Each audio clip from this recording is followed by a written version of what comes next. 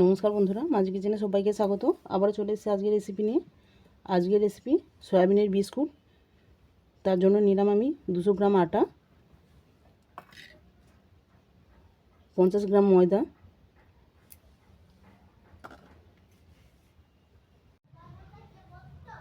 25 গ্রাম সয়াবিনের আটা। এটাকে ভালো করে মেখে নেওয়ার পর দেবো 20 গ্রাম চিনি,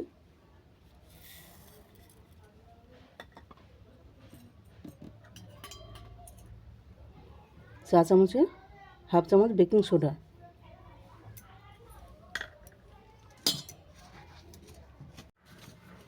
ওটা বেকিং সোডা ছিল না, বেকিং পাউডার ছিল। এরপর দিলাম 25 গ্রাম তেল, সাদা তেল দিলাম, দিয়ে এটাকেও আমি ভালো করে মেখে নেব। দেখো, ময়দাটা আমি এইভাবে মেখে নিয়েছি যেন মুঠোর মধ্যে ধরা যায় ডোটা। এরপর দেবো ঠান্ডা ফ্রিজের জল, অল্প অল্প করে দিয়ে আমি ডোটা বানিয়ে নেব।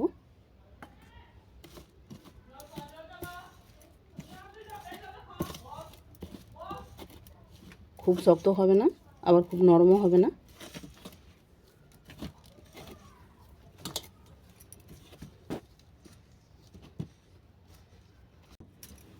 দেখো, এভাবে শক্ত একটা ডো বানিয়েছি। দেখো, খুব নরমও না আর খুব পাতলাও না। এটা আমি 15 মিনিটের জন্য ঢেকে রেখে দিলাম। ফিরে আসলাম 15 মিনিট পর। 15 মিনিট পর এই ডোটাকে আমি হাফ ইঞ্চি মোটা করে বেলে নেব।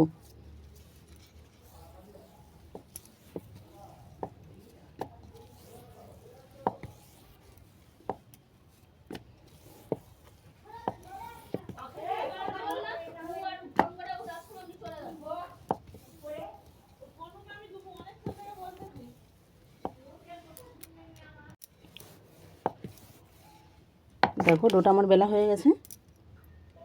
এরপর কুকি কাটার দিয়ে আমি সব বিস্কুটগুলো কেটে নেব।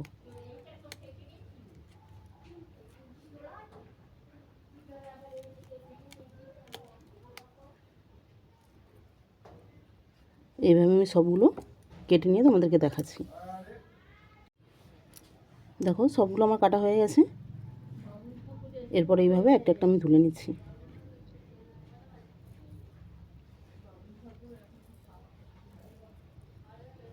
দেখো কত সুন্দর কুকিগুলো হয়েছে।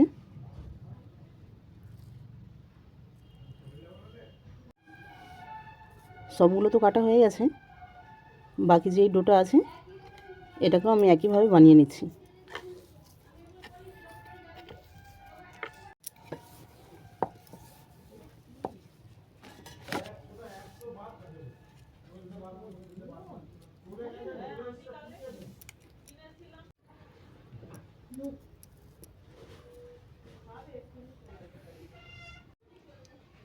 দেখো, বিস্কুটগুলো সব আমার একই শেপে কাটা হয়ে গেছে। বিস্কুটগুলো ভাজার জন্য আমি তেল গরম করতে দিলাম, সাদা তেল দিলাম।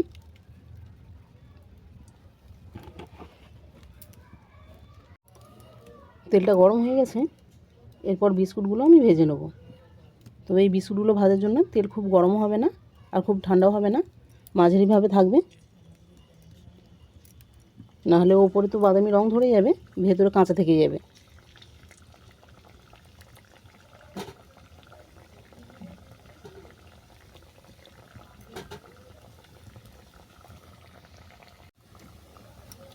দেখো, এক পিঠ বাদামি করে ভাজা হয়ে গেছে।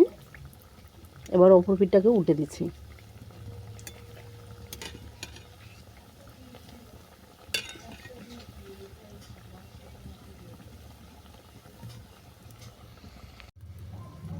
দেখো, বিস্কুটগুলো সব বাদামি করে ভাজা হয়ে গেছে। এগুলোকে আমি তেল থেকে তুলে নিচ্ছি। বাকি যেগুলো আছে ওইগুলো আমি একইভাবে ভেজে নেব।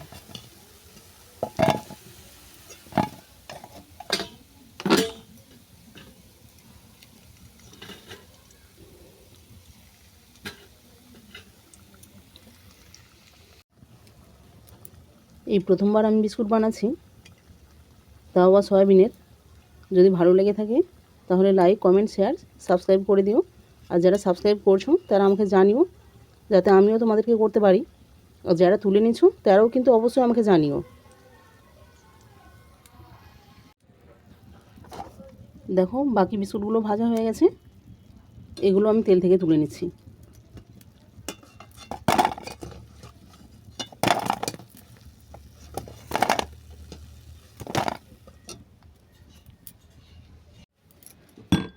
বাড়িতে হঠাৎ করে লোকজন আসলে এইভাবে সয়াবিনের বিস্কুট বানিয়ে নেওয়া যায়।